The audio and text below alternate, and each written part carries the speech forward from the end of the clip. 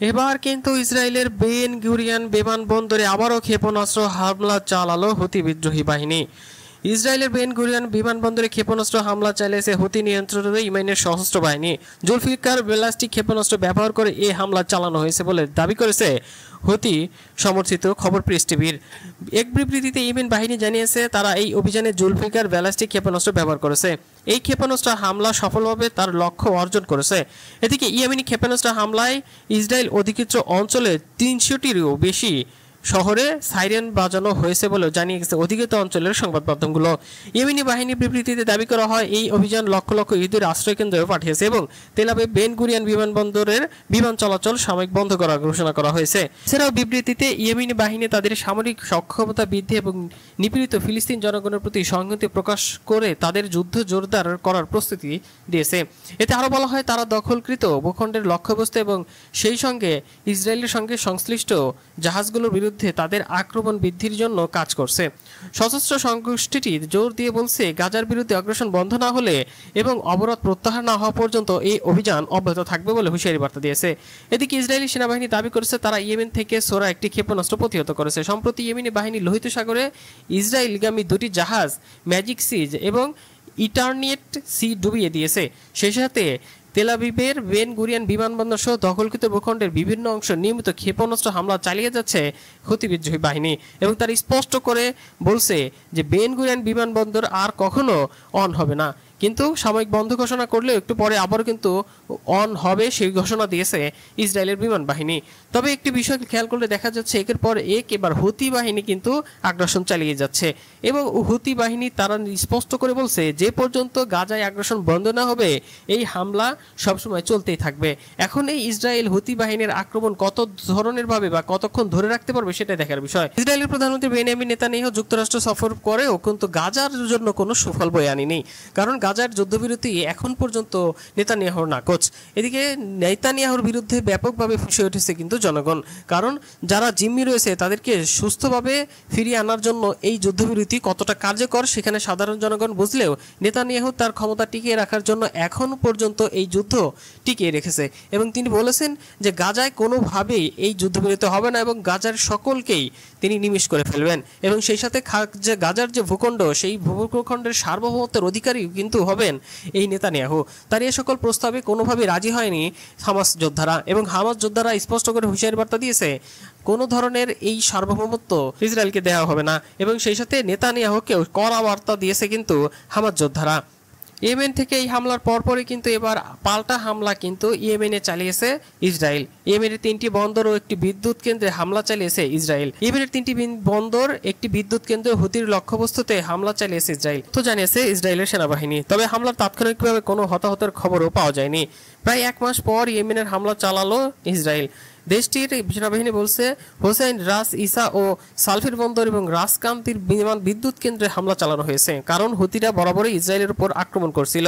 হামলার পর হুতির এক মুখপাত্র বলেন স্থানীয়ভাবে তৈরি ক্ষেপণাস্ত্র ব্যবহার করে তাদের বিমান প্রতিরক্ষা ব্যবস্থা ইসরায়েলি হামলা প্রতিরক্ষা করেছে। সেই সাথে স্থানীয় বাসিন্দারাও রয়টার্সকে জানিয়েছে লোহিত সাগরের তীরবর্তী বন্দরনগরী হোদেইদাহ ইসরায়েলি হামলার কারণে প্রধান বিদ্যুৎ কেন্দ্র অচল হয়ে গেছে। এই ঘটনায় পুরো শহর অন্ধকারে ডুবে গেছে। এদিকে ইয়েমেনের দক্ষিণ পশ্চিম উপকূলে লাগোয়া লোহিত সাগরের বাণিজ্যিক এক জাহাজ হামলার ঘটনাও ঘটেছে। এই বিষয়টি কিন্তু পুরো বিশ্ব মিডিয়ায় তোলপাড়। লোহিত সাগরে ওই জাহাজকে লক্ষ্য করে অন্তত 8টি নৌকা থেকে গুলি এবং রকেট চালিত গ্রেনেড নিক্ষেপ করা হয়। তবে এই হামলার দায় তাৎক্ষণিকভাবে স্বীকার করেনি। তবে চলিত বছর এপ্রিলের মাঝামাঝি সময়ে পরপর থেকেই ওই অঞ্চলে একটি এ ধরনের হামলার ঘটনা ঘটেছিল। হুতি নিয়ন্ত্রণের আল মাসিরা টিভি জানিয়েছে ইসরায়েল হোদেইদাহ একের পর এক হামলা চালিয়েছে। এর ঠিক আগে ইসরায়েল সামরিক বাহিনীর ইয়েমেনের 3টি বন্দর থেকে লোকজন সরিয়ে নেওয়ার জন্য সতর্কতা জারি করেছিল। ইসরায়েলি সেনাবাহিনী জানায় ইয়েমেনের রাসিস বন্দরে গ্যালাক্সি লিডার নামের একটি জাহাজেও হামলা চালানো হয়েছে। 2023 সালের শেষের দিকে হুতির জাহাজটিরাও দখল করেছিল। এবার তুলে ধরতে যাচ্ছি সেই লোমহর্ষক বিষয়টি। ইসরায়েলি প্রধানমন্ত্রী বেনিয়ামিন নেতানিয়াহু যেদিকেই তাকান চারপাশে শুধু সংকট যেন ঘনিয়ে আসছে। ফিলিস্তিনি গাজা ভূখণ্ড উপত্যকায় তার সরকারের যুদ্ধে নিয়ে সমালোচনা বেড়েই চলেছে। গণহত্যা ও যুদ্ধাপরাধীর অভিযোগ তুলেছে বিদেশি নেতারা, এমনকি সাবেক ইসরায়েল প্রধানমন্ত্রীও। আন্তর্জাতিক অঙ্গনে ইসরায়েল ক্রমেই একঘরে হয়ে পড়ছে, কারণ গাজায় যে দুর্ভোগ চাপিয়ে দেওয়া হচ্ছে তার ছবি এখন বিশ্বজুড়ে গণমাধ্যমে ছড়িয়ে পড়েছে। নিজ দেশে নেতানিয়াহু তীব্র সমালোচনার মুখে পড়েছেন। অনেকে মনে করেন তিনি শক্ত ক্ষমতা ধরে রাখতে যুদ্ধ দীর্ঘায়িত করছেন। এই দিন থেকেই অনেকেই তার বিরুদ্ধে চলমান দুর্নীতির মামলার বিরুদ্ধেও তার বিরুদ্ধে ব্যাপক অ্যাকশন নিয়েছে। রাজনৈতিক দিকেও তিনি বিপদের মুখে। জোট সরকার ভেঙে পড়ার আশঙ্কা তৈরি হয়েছে। নিজের পুরো রাজনৈতিক জীবনে নেতানিয়াহু কখনো এতটা চাপে পড়েননি। কিন্তু সত্যি কি এটা ইসরায়েলের সবচেয়ে দীর্ঘমেয়াদী প্রধানমন্ত্রীর শেষ অধ্যায়? আমরা জানি না বা কি হতে যাচ্ছে। ইসরায়েলি জনগণের মধ্যে নেতানিয়াহুর জনপ্রিয়তা এখন কতটুকু কমেছে? খুবই আরও কমেছে। গাজায় যুদ্ধকে রাজনৈতিক স্বার্থে ব্যবহার করার অভিযোগ বহুদিন ধরেই তার বিরুদ্ধে রয়েছে, কিন্তু মার্চ মাসে এই অভিযোগ নতুন করে মাত্রা পায় যখন ইসরায়েল হামাসের সঙ্গে যুদ্ধবিরতি চুক্তি লঙ্ঘন করে এবং গাজায় জিম্মি ইসরায়েলিদের জীবন আরও ঝুঁকির মধ্যে ফেলে দেয়। মে মাসের দিকে চ্যানেল 12 টেলিভিশনে জরিপে দেখা যায় অধিকাংশ ইসরায়েলি বিশ্বাস করে নেতানিয়াহু গাজায় আটক ইসরায়েলিদের চেয়েও বেশি গুরুত্ব দিয়েছে নিচের ক্ষমতা ধরে রাখার। 2023 সালের 7 অক্টোবর হামাস নেতৃত্বাধীন হামলার সময় জিম্মি হওয়াদের মুক্তির দাবি ঘিরে ইসরায়েলিদের বিক্ষোভগুলো মূলত আবির্ভূত হয়েছে। অনেকেই মনে করে নেতানিয়াহুর রাজনৈতিক উদ্দেশ্যে দীর্ঘায়িত করে জিম্মিদের আরও বিপদে ফেলেছেন। সম্প্রতি একটি ছোট গুরুত্বপূর্ণ অংশের ইসরায়েলিরা গাজার মানুষের উপর যে ভয়াবহ হামলা চালানো বা নির্যাতন হচ্ছে তার বিরুদ্ধে বিক্ষোভ করেছে। শিক্ষাবিদদের পক্ষ থেকে প্রকাশিত এই খোলা চিঠিতে গাজা ইসরায়েলি ধ্বংসযজ্ঞের নিন্দাও জানানো হয়েছে। তেল আবিবে শনিবার রাতের বিক্ষোভে এখনোই অনেকে ফিলিস্তিনি শিশুদের ছবি বহন করছে। এমনকি সেনাবাহিনীতে অসন্তোষ বাড়ছে। সংরক্ষিত সেনারা যুদ্ধ করতে অস্বীকৃতিও জানাচ্ছে। এমন খবর প্রকাশের পর বিভিন্ন বিভাগের বর্তমান ও সাবেক কর্মকর্তা যুদ্ধ বন্ধের আহ্বান জানিয়ে খোলা চিঠি প্রকাশ করেছে। এদিকে নেতানিয়াহুর বিরুদ্ধে রাজনৈতিকভাবে কি সমালোচনা উঠেছে পুরো বিশ্ব জুড়ে। সম্প্রতি ইসরায়েলি দুই সাবেক প্রধানমন্ত্রী নেতানিয়াহুর বিরুদ্ধে প্রকাশ্যে কথা বলেছে। সাবেক সেনা জেনারেল এবং 1999-2001 পর্যন্ত প্রধানমন্ত্রী থাকা ইহুদ বারাক টাইমস ম্যাগাজিনকে বলেছে নেতানিয়াহু এখন দুটি পথ, মার্কিন প্রেসিডেন্ট ডোনাল্ড ট্রাম্পের মধ্যস্থায় জিম্মিদের মুক্তি ও যুদ্ধ শেষ করা, অথবা রাজনৈতিক স্বার্থে চালানো প্রতারণার যুদ্ধ চালিয়ে যাওয়া।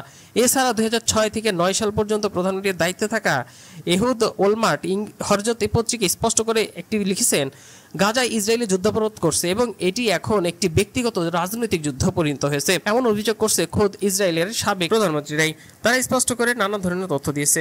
এদিকে নেতানিয়াহু ভয় বিপদে বা বড় ধরনের বিপদে আছে এই জন্যই, কেননা নেতানিয়াহুর জোট সংখ্যার ভাঙার সম্ভাবনা কতটুকু। বহু বছর ধরে ইসরায়েলের সমাজে বিতর্কিত চলছে। সেই সাথে কট্টরপন্থী ধর্মীয় যুবকদের সেনাবাহিনীতে বাধ্যতামূলক নিয়োগ দেওয়া হবে কিনা, তারা যদি পূর্ণকালীন ধর্মীয় শিক্ষার্থী হন তবে এতদিন এই নিয়োগ থেকে ছেড়ে পেতেন। 2024 সালের জন্য ইসরায়েলি সুপ্রিম কোর্ট রায় দেয় এছাড়া আর চলবে না। এটি ছিল নিরপেক্ষতার ইসরায়েলের দীর্ঘদিনের চাবি। যারা এই দ্বৈত নীতির বিরুদ্ধে আন্দোলন করে আসছিলেন, নতুন নির্বাচন হলে সংসদে আল্ট্রা অর্থোডক্সের পক্ষে ফল আসবে কিনা তাও অনিশ্চিত। কিন্তু সম্প্রতি পদক্ষেপে যেমন আল্ট্রা অর্থোডক্স শিক্ষার্থীদের জন্য সোনানীয়র সংখ্যা বাড়িয়ে পুনর্পরিকল্পনা করেছে, এই জন্য বিষয়টি আরও সামনে নিয়ে এসেছে। এজন্যই নেতানিয়াহুর পতন খুব সন্নিকটে। অন্তর্নীতিকে আন্তর্জাতিকভাবে ইসরায়েল এবার কতটা একঘরে হয়ে পড়েছে এই বিষয়টি নিয়ে ব্যাপক আলোচনা সমালোচনা হচ্ছে। আরব ও ইউরোপীয় নেতানিয়াহুর ও তার গাজা যুদ্ধের বিরুদ্ধে সমালোচনা আরও সবর হচ্ছে। তবে আপাতত তার সবচেয়ে গুরুত্বপূর্ণ সমর্থক এখনও রয়েছে যুক্তরাষ্ট্র ও প্রেসিডেন্ট ডোনাল্ড ট্রাম্প। মে মাসের শুরুতে সৌদি আরব ও আরব লীগ নেতানিয়াহুর সমালোচনা করেছে। ওই সময় তিনি বলেছে উচ্ছিষ্ট করা ফিলিস্তিনিদের সৌদি আরবে গিয়ে বসবাস করতে পারে। এছাড়া মে মাসের শেষের দিকে কানাডা, ফ্রান্স ও যুক্তরাজ্য এক যৌথ বিবৃতিতে গাজার মানবিক সংকটকে সহ্য করা অসম্ভব বলে উল্লেখ করে, কিন্তু তারা আগে ইসরায়েলের যুদ্ধকে সমর্থন করেছিল।